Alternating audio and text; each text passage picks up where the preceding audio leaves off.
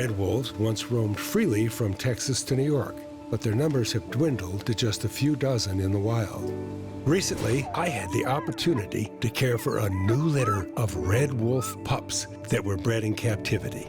Now I'm in North Carolina, the only place in America where red wolves can be released back into the wild.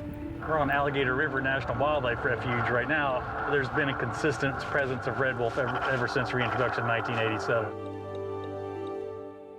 The Red Wolf Recovery Program has successfully reintroduced over 120 adults and 34 pups to their natural habitat. So this is the combo VHF GPS collar, and it lets us track them from the ground or from the air at any point in time. We're out there, pounding the ground for them. This is some good cover here in this tall grass. It is, and you can be really close without even seeing them.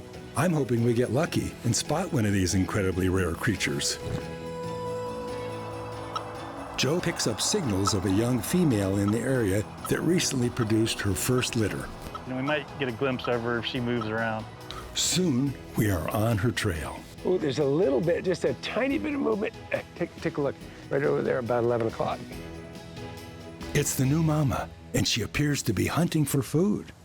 Yeah, that definitely looks like her. You can see the little bit of the orange of the collar. Oh, terrific. I never thought I'd get to see one of these in the flesh. Her body language and the way she's moving, to me, makes it look like she's hunting for small mammals, field mice or something like that. Just the precise movements, and she kind of has her ears back and her head kind of down.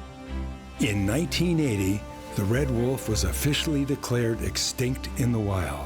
So this animal is living proof that wildlife conservation can succeed. What an inspiration and spark of hope for the future of wolves in North America. The wild-bred wolves in North Carolina are among the very last of their kind, and without this protected land, they wouldn't be here at all. Across the country in Texas, some of the last remaining coastal prairie on Earth is another vitally important habitat that's federally protected.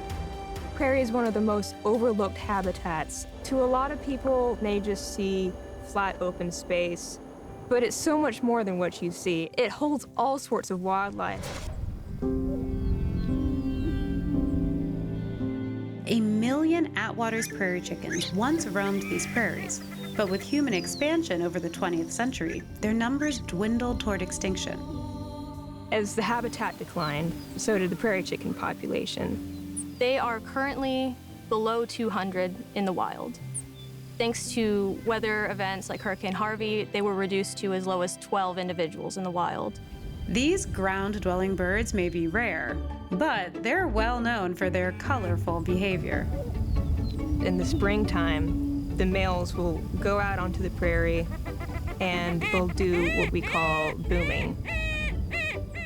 It's their mating dance. They puff up their feathers a little bit and they blow up these bright orange air sacs on their neck, and they stomp their feet really fast and they let out this woo sound.